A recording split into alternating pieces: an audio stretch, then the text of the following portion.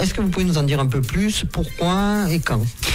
Bonjour Claudie, oui, donc effectivement l'association au Pays de Léonie a été créée en août 2017 après que notre fille ait été diagnostiquée d'un cancer au cerveau, et les premières missions de cette association à l'époque avaient été de soutenir la famille et de soutenir Léonie et de pouvoir lever des fonds avec l'espoir de tenter un protocole à l'étranger. Voilà, donc malheureusement, quand votre petite est décédée, vous avez dit on va continuer? C'est cela, le 15 septembre, donc Léonie nous a quittés. Nous avons pris la décision, après avoir réuni le bureau, de se dire voilà, qu'est-ce qu'on peut faire? Est-ce qu'on va pouvoir faire quelque chose, continuer d'apporter de l'aide aux familles, continuer de soutenir la recherche, d'améliorer le confort et l'accueil des parents dans les hôpitaux? Qu'est-ce qu'on peut faire? Et puis on s'est dit, tentons et voyons si effectivement des actions sont possibles. Et puis donc depuis le mois d'octobre 2018, eh bien, nous œuvrons dans ce sens. Est-ce que votre association a évolué, point de vue nombre de personnes, point de vue contact que vous avez? Tout à fait, c'est vrai que dans un premier temps, notre association, on va dire, était un petit peu en cercle fermé. Lever des fonds, soutenir la famille, soutenir Léonie, c'était un public extérieur à l'association. Et petit à petit, après avoir changé les statuts, donc en fin d'année 2018, nous avons fait appel à l'adhésion, nous avons fait appel aux dons, et donc nous sommes davantage ouverts. Nous avons ouvert le spectre, le champ des possibles, et donc aujourd'hui nous sommes plus d'adhérents, et donc aussi c'est plus facile pour pouvoir mener des actions. Et ces adhérents, de quels horizons viennent-ils? Est-ce qu'ils ont tous la même problématique? Est-ce que vous avez des... je crois que peut-être on va se faire une petite pause. Non, pas du tout. Alors on continue. Alors, ils viennent effectivement de différents horizons, puisque nous avons des adhérents qui peuvent être de Marseille, de Paris, de Normandie. Et puis, c'est vrai que la majorité de nos adhérents sont locaux. Et ils sont généralement touchés. Ce n'est pas forcément des parents qui ont perdu un enfant. Ce sont des enfants qui sont touchés par la cause et qui souhaitent nous soutenir. Voilà. Et vous êtes combien dans votre association? Vous êtes très nombreux? Alors, le bureau est constitué aujourd'hui de 5 membres, et nous avons en membres effectifs, on va dire ce qu'on appelle des membres actifs, nous sommes environ 40 personnes. Bon, c'est pas mal. C'est déjà bien. C'est un début. Est-ce que vous espérez vous agrandir? Nous laissons faire les choses. Après, c'est vrai que pour l'instant, nos projets sont contenus, maîtrisés. Voilà, on verra si après l'association venait à prospérer, que d'autres projets venaient à se développer, si nous avions besoin effectivement de davantage. On va se faire vraiment là une petite pause, et on va écouter les Frangins, Si José. Et on se retrouve tout à l'heure, on continuera à parler de tout ce que vous avez à dire, et Dieu sait que vous en avez des choses à dire. Et nous voilà revenus sur Fly FM 89.9 avec Laurent Savary et Cathy. C'est ça. Voilà, tout à l'heure je me suis trompée, excusez-moi, parce que la technicienne c'est Cathy aussi. Donc j'aurais dû me souvenir. Voilà. Donc on était avec votre association. Est-ce que c'est difficile de monter une association, surtout pour un sujet comme ça? Monter l'association, on va dire de manière technique ou administrative, c'est pas le plus compliqué. Et effectivement, après, c'est réussir à faire passer les messages. C'est ça qui est quand même assez compliqué. C'est mobiliser, c'est faire vivre l'association. Voilà, faire vivre l'association, soutenir effectivement nos actions. Ça, par contre, ça demande beaucoup d'énergie. Et est-ce que vous faites souvent des actions justement? Alors, Cathy. Allez, Cathy, elle va parler. Elle ne veut pas, mais elle a une très jolie voix. C'est variable parce que ça dépend des circonstances. Là, c'est vrai qu'on va en parler après, une actualité assez brûlante en ce moment. Et c'est vrai qu'il est parfois difficile pour nous d'être organisateurs parce que ça demande beaucoup de logistique, beaucoup de compétences. De temps, d'énergie. Que Laurent a, heureusement. Mais bon, c'est vrai que c'est une charge assez lourde parce que bon, là, on va en parler après, mais organiser des spectacles, faire toute la communication, les affiches, voilà. Ça demande des compétences qu'au sein de l'association on a, puisque Laurent sait le faire. Mais il est vrai qu'on est content aussi que des personnes nous proposent des projets. Oui, c'est-à-dire, ça soulage. Voilà. Ouais. Par exemple, ça peut être une association qui donne un éclairage à notre cause dans ses actions, que ce soit, je sais pas, imaginons un club sportif, un club de l'amitié comme on a eu au Pontet. Est-ce que c'est un appel ? Ça peut être un appel, tout à fait, exactement. Puisque de cette façon, on peut être entendu, vu, sans être trop surchargé dans l'organisation. Et sachant que c'est vrai qu'il est difficile de nous-mêmes organiser des événements sportifs, des événements culturels, où voilà, on pourra pas le faire toute l'année. Là, on le fait avec plaisir et avec énergie, je pense, par rapport à notre actualité là, qui va s'annoncer. On en parlera tout à l'heure. Oui. Pour la semaine prochaine. Mais on ne peut pas imaginer qu'on fasse ça trop souvent dans l'année. Donc, quand une association nous propose un partenariat en disant, par exemple, un club sportif, ben voilà, pendant une course pédestre, par exemple, 1 euro pourra être versé à votre association, des petites choses comme ça. C'est léger. Voilà. L'organisation n'est pas à notre charge, mais en fait, on a quand même une visibilité et aussi des bénéfices. Donc, c'est parfait. Voilà. Si des associations sont intéressées, comment vous joindre ? Est-ce que vous pouvez nous dire ? Alors, par le site internet, mais Laurent va compléter. On a un site internet, www.aupaysdeleonie.com et une adresse aupaysdeleonie.com @gmail.com. Voilà, donc si on veut vous contacter, si quelqu'un a une idée, si une association veut travailler en partenariat avec vous, il vous contacte. Il tape aupaysdeleonie.com. Voilà, et comme ça, ils font une bonne action. Tout à fait. Et c'est d'un donnant-donnant. Tout le monde, voilà, participe. Tout à fait. Donc on va se faire une petite pause. On va écouter Lou à mon âge. Et à tout à l'heure. Voilà, revenu sur Fly FM 89.9 avec Laurent Savary et Cathy Savary. On parlait donc du Au Pays de Léonie, qui est une association que vous avez créée en 2017. C'est ça. Et vos rapports avec la recherche, alors, comment ça se passe ? Est-ce que vous suivez les colloques, vous m'avez dit ? Oui, tout à fait. Alors c'est vrai que ça fait partie de nos missions principales au Pays de Léonie, c'est-à-dire soutenir, comme je disais tout à l'heure, les familles, mais aussi réfléchir comment soutenir, comment aider les chercheurs avec nos moyens. Donc le fruit de rencontres avec un certain nombre de chercheurs, que ce soit dans des colloques, les hôpitaux, voilà, les lieux où on peut retrouver effectivement ces médecins et ces chercheurs. Et notre objectif, c'est d'essayer d'améliorer. Et là, on va pouvoir rebondir un petit peu sur l'action Une nuit pour 2500 voix.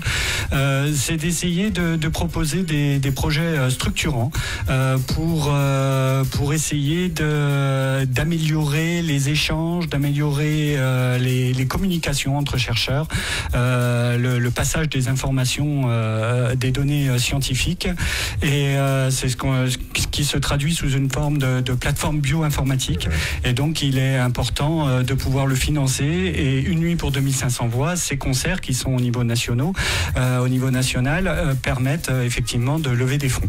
Voilà, je crois que c'est un collectif donc qui s'appelle React 4 Kids. Alors React for Kids, exactement, qui est un ensemble de chercheurs. C'est de là qu'est née l'idée de pouvoir se fédérer, de créer une synergie avec les associations de parents, avec les artistes et les chercheurs pour lever des fonds.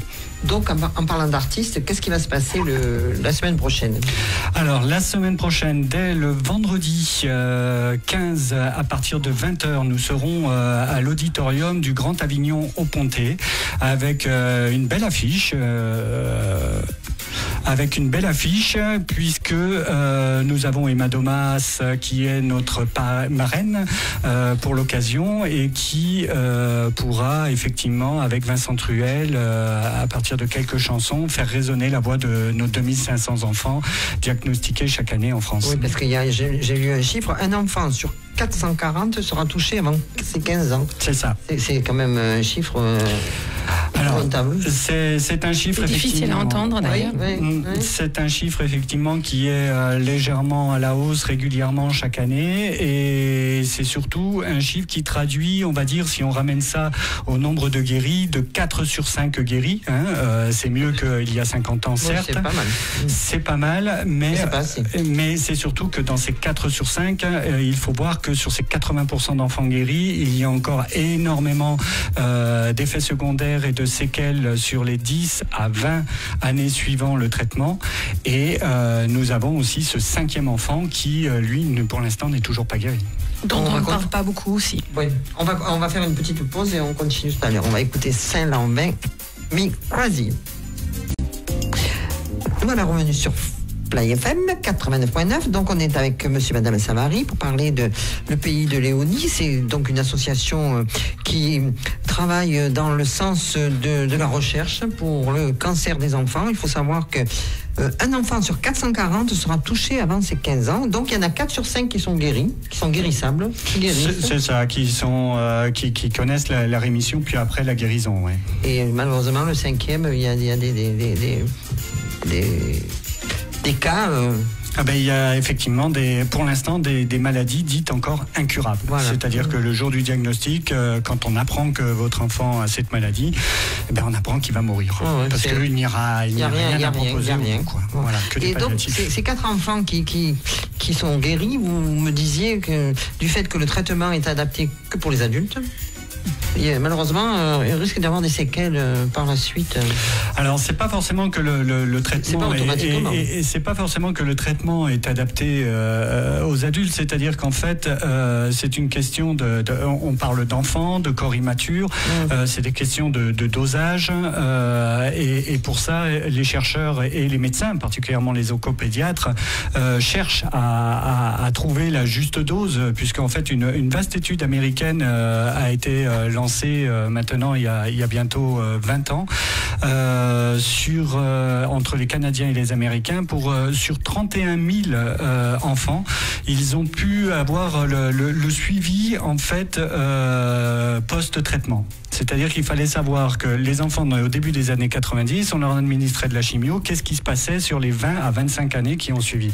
On s'est rendu compte qu'en fait, les conditions de ces enfants se dégradaient parce que la radiothérapie, la chimiothérapie, au début de ces années 90, était particulièrement agressive et laissait peu de chance. C'est-à-dire qu'au bout de 10-15 ans, les enfants, effectivement, avaient connu la guérison, mais mouraient. Ouais. Donc, on essaye d'ajuster. C'est ces curseurs qu'on fait bouger. Donc, il y a des progrès quand même. Il y a des progrès, évidemment. Il y a des progrès, mais je pense qu'on peut toujours aller plus loin, plus vite, si on aide nos chercheurs par la finance, par des fonds, et puis aussi une manière de se mobiliser, de se sensibiliser. Moi, j'y tiens beaucoup à la sensibilisation à l'égard de ces maladies. Parler. Tout à fait. Et faire avancer pour le 5e enfant qui ne survivra pas. Et c'est là qu'il faut vraiment montrer du doigt quelque part tout ce qu'il y a à faire par rapport à ces cas qui restent sans réponse. Je dirais que si nous sommes dans un mur nous sommes face à un blocage vis-à-vis du clinique, c'est-à-dire directement à l'étude sur l'humain, je pense qu'il est intéressant aussi de se pencher et d'étudier le cas de la médecine, de la recherche fondamentale, comprendre d'où viennent ces cancers. D'accord. Donc on va se faire une petite pause et après on parlera des concerts, la date, comment il faut faire pour prendre les places et celui de l'église aussi parce qu'il y en a deux concerts. Tout à fait. Allez, à tout à l'heure, on va écouter Amir, État d'amour. Voilà, revenu sur Play FM 89.9 et on vient de me dire que nous avons 2 places à gagner pour le concert de musique classique de Sarian. Alors, si vous voulez plus de renseignements, vous allez sur sarian.fr et pour nous contacter, vous allez sur notre page Facebook ou vous téléphonez au 04 90 40 16 90 qui est notre numéro. Voilà, on va parler du concert qui va avoir lieu avec Laurent et Cathy. Donc, c'est vendredi 15 février à l'Auditorium Grand Avignon. C'est ça, donc en partenariat avec le Grand Avignon et le Conservatoire, nous avons donc une une salle et un concert le vendredi, donc je le répète, 15 février à partir de 20h, avec la présence de nombreux artistes. Emma Domas, qui est notre marraine, au piano Vincent Truel. Nous avons Éric Breton, pianiste-compositeur. Nous avons Sana, la jeune et pétillante Sana. Qui a participé à The Voice Kids et qui participe aux Enfants de la Terre, le groupe de Yannick Noah. C'est ça. Nous avons Bruno Arez, Arez & Co, Freddy Skitty, qui d'autre encore, Thierry Amiot, Olivier Pio et le Big Band, Yves Girard et son trombone. Donc, beau programme éclectique. On va essayer sympathique. de faire le plus festif possible. Évidemment, on vous attend nombreux. Et les places, on les prend comment? Alors, les places, on vient directement sur le site internet, c'est le plus simple, www.aupaysdeligneoni.com. Vous allez voir, vous vous laissez guider et on accède directement à la page pour acheter les billets. C'est des billets en prévente, sachant que vous pouvez les acheter aussi sur place le soir du spectacle. Et je crois que le dimanche aussi, à l'église, il y a un concert. Dimanche, pour moi, c'est un concert aussi très important pour nous, pour l'association, et une nuit pour 2500 voix, puisque en fait, nous avons l'honneur de recevoir Gaël Florence avec ses chœurs et son ensemble symphonique qui va vous embouter avec plein de belles musiques dans les chœurs. Écoutez, je vous remercie. Il faut signaler aussi que tous ces artistes ont répondu présents, bénévolement, et qu'on les remercie chaleureusement. Tout à fait. Et tous les bénéfices de ces soirées, enfin de cette soirée et de ce concert du dimanche iront à une nuit pour 2500 voix pour nos chercheurs. Un collectif qui est là pour la recherche, pour développer la recherche. Je vous remercie. La rediffusion, c'est lundi à 14h15. Voilà, et vous aurez la vidéo sur notre page. Et à bientôt. Je pense qu'on a encore des choses à se dire. Merci beaucoup. À bientôt. Merci. Au revoir. Au revoir. Fly FM. Tout de suite, une nouveauté.